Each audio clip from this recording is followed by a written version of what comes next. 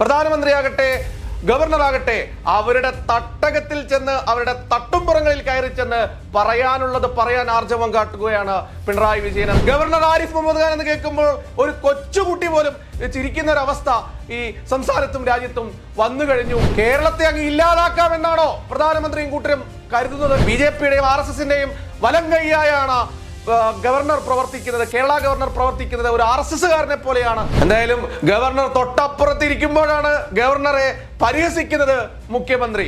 ഈ രാജ്യത്തിന്റെ ഐക്യം ഇല്ലാതാക്കുന്നത് BJP-യാണ്, BJP സർക്കാരാണ്, പ്രധാനമന്ത്രിയും അമിത്ഷായും ആണ്, ആ കൂട്ടരുമാണ്. ദേ വന്നു ദാ പോയി എന്ന് പറഞ്ഞാണ് ഗവർണർ അന്ന് കാട്ടിയ ഷോ. നമസ്കാരം. കേന്ദ്ര സർക്കാരിനെതിരെ കേരള സർക്കാർ ഡൽഹിയിലെ ജന്തർ മന്ദിറിൽ നടത്തിയ പ്രതിഷേധ പരിപാടിയിൽ പ്രധാനമന്ത്രി നരേന്ദ്രമോദിയെയും കേരള ഗവർണർ ആരിഫ് മുഹമ്മദ് ഖാനെതിരെയും രൂക്ഷമായ ഭാഷയിൽ വിമർശിക്കുകയാണ് കേരള മുഖ്യമന്ത്രി പിണറായി വിജയൻ. പ്രധാനമായും ഇന്നത്തെ സമരത്തെക്കുറിച്ച് നമുക്കറിയാം. കേരളത്തോട് കേന്ദ്രം കാണിക്കുന്ന അവഗണന തന്നെയാണ് കാരണം. പ്രധാനമായും കേരളത്തിനാവശ്യമായ വിഹിതം തടഞ്ഞു വെക്കുക, അത്തരത്തിൽ കേരളത്തിൽ ഒരു സാമ്പത്തിക അടിയന്തരാവസ്ഥ ഉണ്ടാക്കുക, അതിന് ചൂട്ടുപിടിക്കുന്ന കേരള ഗവർണർ ആരിഫ് മുഹമ്മദ് ഖാൻ. ഇത്തരമൊരു പ്രതിഷേധം വരുമ്പോൾ പ്രധാനമന്ത്രി നരേന്ദ്രമോദി പറയുന്നത് ഇത്തരത്തിൽ രാജ്യത്തെ വിഘടിപ്പിക്കാനാണ് ഇത്തരം സർക്കാരുകൾ. പ്രത്യേകിച്ച് കഴിഞ്ഞ ദിവസം കർണാടക സർക്കാരും കേന്ദ്രത്തിനെതിരെ പ്രതിഷേധം നടത്തിയിരുന്നു. ഫെഡറലിസത്തെ കൊന്നുകളയുന്ന അല്ലെങ്കിൽ ഫെഡറലിസത്തെ ഇല്ലാതാക്കി ഒരു രാജാവായി നരേന്ദ്രമോദി അങ്ങ് ഭരിക്കാം എന്ന് കരുതുന്നു, അല്ലെങ്കിൽ അത്തരം നടപടിയാണ് BJP സർക്കാരിന്റെ ഭാഗത്തു നിന്ന് ഉണ്ടാകുന്നത് എന്നായിരുന്നു ഈ സംസ്ഥാനങ്ങൾ ആക്ഷേപിക്കുന്നത്. സംസ്ഥാന സർക്കാരുകൾ വേണ്ട, പ്രധാനമന്ത്രി എന്ന പദവി മാത്രം, പ്രധാനമന്ത്രിയും കുറച്ച് മന്ത്രിമാരും അങ്ങ് ഭരിക്കട്ടെ എന്നാണോ നരേന്ദ്രമോദി കരുതുന്നത്? ഇതെന്താ, ഇന്ത്യയിലല്ലേ കേരളം? കേരളത്തെ ഇങ്ങനെ അവഗണിക്കാൻ മാത്രം എന്ത് ചെയ്തു കേരളം എന്നാണ് ചോദിക്കുന്നത്. ഇവിടെ GST നടപ്പാക്കിയതിനു ശേഷം കേരളം കേന്ദ്രത്തിന് നൽകിക്കൊണ്ടിരിക്കുന്ന വിഹിതം മറ്റ് സംസ്ഥാനങ്ങളെക്കാൾ കൂടുതലാണ്, അല്ലെങ്കിൽ മറ്റ് സംസ്ഥാനങ്ങൾക്കൊപ്പം തന്നെ ആവശ്യമായ വരുമാനം കേന്ദ്രത്തിന് എത്തിക്കുന്നുണ്ട്, നൽകുന്നുണ്ട്, അല്ലെങ്കിൽ അവർ പിരിച്ചെടുക്കുന്നുണ്ട്. പക്ഷേ കേരളത്തിന് തിരിച്ചു കിട്ടുന്നതാകട്ടെ വളരെ തുച്ഛമായ തുകയും. കടമെടുപ്പ് പരിധി വരെ വെട്ടിക്കുറച്ച് കേരളത്തെ അങ്ങ് ഇല്ലാതാക്കാമെന്നാണോ പ്രധാനമന്ത്രിയും കൂട്ടരും കരുതുന്നത് എന്ന ചോദ്യമാണ് മുഖ്യമന്ത്രി ഉയർത്തുന്നത്. ഇന്നലെ ബഹുമാനായ പ്രധാനമന്ത്രി ഇത്തരത്തിലുള്ള ചില പ്രക്ഷോഭങ്ങൾ കൂടി മനസ്സിൽ വെച്ചുകൊണ്ടാകാം ഇന്നലെ കർണാടക പ്രക്ഷോഭവുമായി രംഗത്ത് വന്നു. ഇന്ന് ഈ പ്രക്ഷോഭം നടക്കുന്നു. തമിഴ്നാട് ഇതേ രീതിയിലുള്ള പ്രക്ഷോഭം ഉയർത്തുന്നു. എല്ലാം ഇത്തരത്തിൽ അവഗണന നേരിടുന്ന സംസ്ഥാനങ്ങൾ യൂണിയൻ സർക്കാരിൻ്റെ നിലപാടിൽ പ്രതിഷേധിക്കുകയാണ്. അപ്പോൾ രാജ്യത്തിൻ്റെ പൊതുവായ ഐക്യത്തിനെതിരെ എന്തോ സൗത്ത് ഇന്ത്യ പ്രത്യേകമായ രീതിയിൽ അണിനിരക്കുന്നു എന്ന മട്ടിലുള്ള ഒരു പ്രതികരണം പ്രധാനമന്ത്രിയുടെ ഭാഗത്ത് നിന്ന് വരികയുണ്ടായി. രാജ്യത്തിൻ്റെ ഐക്യത്തിന് വിഘാതം സൃഷ്ടിക്കുന്ന നടപടികൾ യൂണിയൻ സർക്കാരിൻ്റെ ഭാഗത്തു നിന്നാണ് ഉണ്ടാകുന്നത്. ഞങ്ങൾ രാജ്യത്തിൻ്റെ ഐക്യത്തിന് വേണ്ടിയാണ് നിലകൊള്ളുന്നത്. രാജ്യത്തിൻ്റെ ഫെഡറലിസമാണ് രാജ്യത്തിൻ്റെ ഐക്യം ഉറപ്പുവരുത്തുന്നത്. മതനിരപേക്ഷതയാണ് രാജ്യത്തിൻ്റെ ഐക്യം ഉറപ്പുവരുത്തുന്നത്. അത്തരം കാര്യങ്ങൾ ശക്തിപ്പെടുത്തണം എന്നത് തന്നെയാണ് ഞങ്ങളുടെ പൊതുവായ നിലപാട്. അതിൽ ഏതെങ്കിലും തരത്തിലുള്ള വെള്ളം ചേർക്കലുകൾ നടക്കുമ്പോൾ, അതിന് വ്യതിയാനങ്ങൾ ഉണ്ടാകുമ്പോൾ അതിനെതിരെ ഞങ്ങൾ പ്രതികരിക്കുന്നുവെങ്കിൽ അത് രാജ്യത്തിൻ്റെ ഐക്യത്തിനാണ് വഴിവെക്കുക എന്നുള്ളതാണ് ഞങ്ങൾക്ക് ആ കാര്യത്തിൽ പറയാനുള്ളത്. ഇവിടെ പിണറായി വിജയൻ പറയുന്നത് വ്യക്തമാണ്. ഫെഡറലിസത്തിൽ വെള്ളം ചേർക്കാൻ ആര് വന്നാലും തങ്ങൾ കയ്യും കെട്ടി നോക്കി നിൽക്കില്ല. കാരണം തങ്ങൾ കമ്മ്യൂണിസ്റ്റുകാരാണ്, ഇടതുപക്ഷമാണ്. സ്വാഭാവികമായും അത് അനുവദിക്കില്ല എന്ന് തന്നെയാണ് മുഖ്യമന്ത്രി ആ വാക്കുകളിലൂടെ വ്യക്തമാക്കുന്നത്. അതോടൊപ്പം തന്നെ അദ്ദേഹം പറയുന്നു, പ്രധാനമന്ത്രി പറഞ്ഞത് ഒരു രാജ്യത്തിന്റെ പൊതു ഐക്യം ഇല്ലാതാക്കുകയാണ്, സൗത്ത് ഇന്ത്യ പ്രത്യേകം ഒരു രാജ്യമാക്കി മാറ്റാനാണ് ഇവർ ശ്രമിക്കുന്നതെന്ന ആക്ഷേപമാണ് പ്രധാനമന്ത്രി നടത്തുന്നത്. സൗത്ത് ഇന്ത്യയിൽ അത്തരം ചില നീക്കങ്ങൾ നടക്കുന്നു. കേരളം, തമിഴ്നാട്, കർണാടക അടക്കമുള്ള സംസ്ഥാനങ്ങൾ അത്തരമൊരു നീക്കം നടത്തി കേന്ദ്ര സർക്കാരിനെ അങ്ങ് ഇല്ലാതാക്കാൻ ശ്രമിക്കുകയാണെന്നാണ് പ്രധാനമന്ത്രി പറയുന്നത്. അത് ശരിയാണോ എന്ന് BJP സർക്കാർ തന്നെ പരിശോധിക്കണമെന്നാണ് മുഖ്യമന്ത്രി ആവശ്യപ്പെടുന്നത്. മതത്തിന്റെ പേരിലടക്കം ഈ രാജ്യത്തിന്റെ ഐക്യം ഇല്ലാതാക്കുന്നത് BJP ആണ്, BJP സർക്കാരാണ്, പ്രധാനമന്ത്രിയും അമിത്ഷായും ആണ്, ആ കൂട്ടരുമാണ് എന്നാണ് മുഖ്യമന്ത്രി പറഞ്ഞു വെക്കുന്നത്. അത്തരത്തിൽ പ്രധാനമന്ത്രിക്കെതിരെയും കേന്ദ്ര സർക്കാരിനെതിരെയും ആഞ്ഞടിച്ചുകൊണ്ടായിരുന്നു അദ്ദേഹം തന്റെ പ്രസംഗത്തിൽ ഒരുപാട് കാര്യങ്ങൾ പ്രധാനമായും ഉയർത്തിക്കാട്ടിയിരുന്നു. GST അടക്കം, അല്ലെങ്കിൽ കടമെടുപ്പ് പരിധി വെട്ടിക്കുറച്ചു, മന്ത്രിമാർക്കെതിരെ അല്ലെങ്കിൽ മന്ത്രിമാർ പല വകുപ്പുകളിലും അത്തരം സംഭവങ്ങൾ, പെൻഷൻ അടക്കമുള്ള കാര്യങ്ങളിൽ കേന്ദ്രവിഹിതം നൽകാതിരിക്കൽ അടക്കമുള്ള കാര്യങ്ങളിൽ അദ്ദേഹം രൂക്ഷ വിമർശനമാണ് അദ്ദേഹം ഉന്നയിക്കുന്നത്. അതോടൊപ്പം തന്നെയാണ് നമ്മുടെ പ്രധാനപ്പെട്ട നായകൻ ആരിഫ് മുഹമ്മദ് ഖാൻ എന്ന കേരള ഗവർണർ, BJPയുടെ വലത് കൈയായി പ്രവർത്തിക്കുന്ന ആൾ. പുലിവാൽ കല്യാണത്തിൽ പറയാറുണ്ടല്ലോ, വലം കൈയാണ് ഞാൻ, ഷെയ്ഖിന്റെ വലം കൈയാണ് ഞാൻ എന്ന് പറയുന്ന പോലെ ഈ BJPയുടെയും RSSന്റെയും വലം കൈയായാണ് ഗവർണർ പ്രവർത്തിക്കുന്നത്, കേരള ഗവർണർ പ്രവർത്തിക്കുന്നത്. ഒരു RSSകാരനെ പോലെയാണ് എന്ന രീതിയിലാണ് ഗവർണറെ പരിഹസിക്കുന്നത്. അത് വ്യക്തമാണ്. അദ്ദേഹം ഇംഗ്ലീഷിലാണ് ഗവർണറെ കുറിച്ച് പ്രസംഗിക്കുന്നത്. ഇംഗ്ലീഷിലും മലയാളത്തിലും മാറി മാറിയാണ് ആ മുഖ്യമന്ത്രി ഇന്ന് അവിടെ പ്രസംഗിച്ചിരുന്നത്. ആ പ്രസംഗത്തിനിടയിൽ ഇംഗ്ലീഷിൽ ഗവർണറെ കുറിച്ച് പറയുകയാണ്. അപ്പോൾ തന്നെ ആളുകൾ ചിരിക്കാനും പരിഹസിക്കാനും തുടങ്ങി. ഗവർണർ ആരിഫ് മുഹമ്മദ് ഖാൻ എന്ന് കേൾക്കുമ്പോൾ ഒരു കൊച്ചുകുട്ടി പോലും ചിരിക്കുന്ന ഒരു അവസ്ഥ ഈ സംസ്ഥാനത്തും രാജ്യത്തും വന്നു കഴിഞ്ഞു എന്നുള്ളതാണ്. കേരളത്തിന്റെ ഗവർണറാണല്ലോ ആരിഫ് മുഹമ്മദ് ഖാൻ.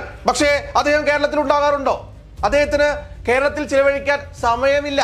ഫുൾ ടൈം പുറത്ത് ടൂർ പാക്കേജ് പോലെയാണ് അദ്ദേഹം. വരുന്നു പോകുന്നു എന്ന രീതിയിലേക്ക്. അപ്പോൾ മുഖ്യമന്ത്രി പറയുന്നത് അദ്ദേഹം പലപ്പോഴും പുറത്താണ്, കേരളത്തിലില്ല. ഇന്നിപ്പോൾ കേരള ഹൗസിലുണ്ട് അത്രേ. അതായത് ഈ സമരം നടക്കുന്നതിന് തൊട്ടപ്പുറത്ത് കേരള ഗവർണർ ആരിഫ് മുഹമ്മദ് ഖാൻ ഇരിക്കുന്നുണ്ട്. അപ്പോൾ ഇതിനിപ്പോൾ ഈ കേരള സർക്കാരിന്റെ സമരം കണ്ടിട്ട് അതൊന്ന് കാണാൻ വേണ്ടി വന്നതാണോ ഗവർണർ എന്ന് ചിലർ ചോദിച്ചത്രേ മുഖ്യമന്ത്രിയോട്. അത്തരം പരിഹാസ്യ വാക്കുകളാണ് മുഖ്യമന്ത്രി പിണറായി വിജയന്റെ ഭാഗത്തു നിന്നുണ്ടായത്. ഇനിയിപ്പോ ഗവർണർ നാട്ടിൽ ഉണ്ടെങ്കിൽ തന്നെ അദ്ദേഹത്തിന് റോട്ടിൽ കസാരയിട്ടിരുന്ന് ഷോ കാട്ടലാണ് പണി എന്ന് കൂടി മുഖ്യമന്ത്രി പറയുന്നു. Kerala's governor does not have time to spend in Kerala. Mostly he is outside. ഇന്നും ഇവിടെയുണ്ട്. കേരള ഹൗസിൽ ചിലർ ചോദിച്ചു, നിങ്ങളെ സമരത്ത് പങ്കെടുക്കാനോ കാണാനോ വന്നതാണോ? If at all he comes to Kerala, he does not have time to read out the entire governor's address in the assembly. But he has time to sit on the road and create a scene. In all opposition-ruled states, there have been instances of chancellors acting as at the behest of their political masters in matters related to universities. Interests and statutes of the states are being sidelined in this regard. Rather than consulting the state governments, even on matters related to state-funded universities, governors have made political interferences as chancellors. In Kerala too, the same is happening.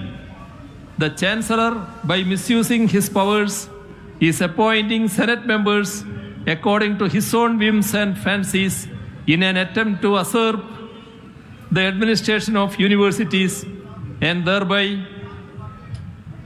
even destroying the academic autonomy of our universities.